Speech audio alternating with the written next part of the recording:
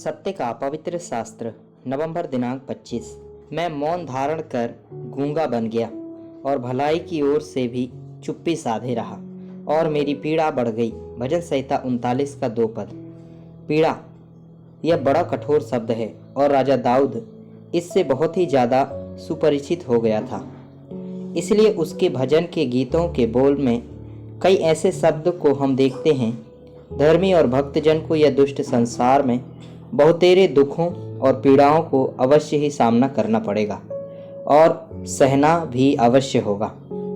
भजन संहिता 69 का 26 पद। क्योंकि जिसको तूने मारा वे उसके पीछे पड़े हैं और जिनको तूने घायल किया वे उनकी पीड़ा की चर्चा करते हैं। क्योंकि इन अंतिम दिनों में यह बात स्पष्ट है कि कैसे इस संसार में लोग दुष्टता और बुराई से ग्रसित होकर भले के बैरी होते जाते हैं। दूसरा तीमुथियुस 3 अध्याय 2 से 4 पद।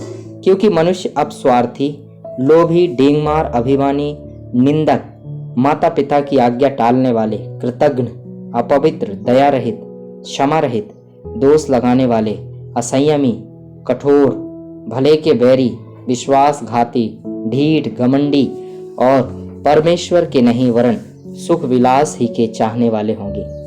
ऐसे लोगों के द्वारा से राजा दाऊद भी बहुत बार पीड़ित हुआ था।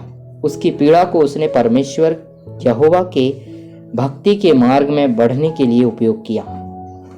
यही इस भजनकार की खूबी है। चाहे कोई भी उसे कितना भी सताए और दुख और पीड़ा में डाले, वह दाऊद ही है जो उन सब का बहुत अच्छा लाभ उठाता है। भजन संहिता 119 का 69 से 71 पद। अभिमानियों ने तो मेरे विरुद्ध झूठ बात गढ़ी है, परंतु मैं तेरे उपदेशों को पूरे मन से पकड़े रहूंगा। उनका मन मोटा हो गया है, परंतु मैं तेरी व्यवस्था के कारण सुखी हूँ। मुझे जो दुख हुआ वह मेरे लिए भला ही हुआ है, जिससे मैं तेरी विधियों को सीख सकूं।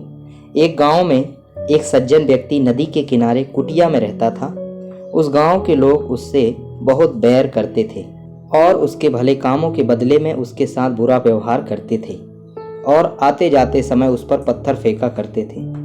इस पर भी वो व्यक्ति अपनी भलाई को नहीं छोड़ता था। नदी पार करने के लिए गांव के लोग लंबी यात्रा करके जाया करते थे।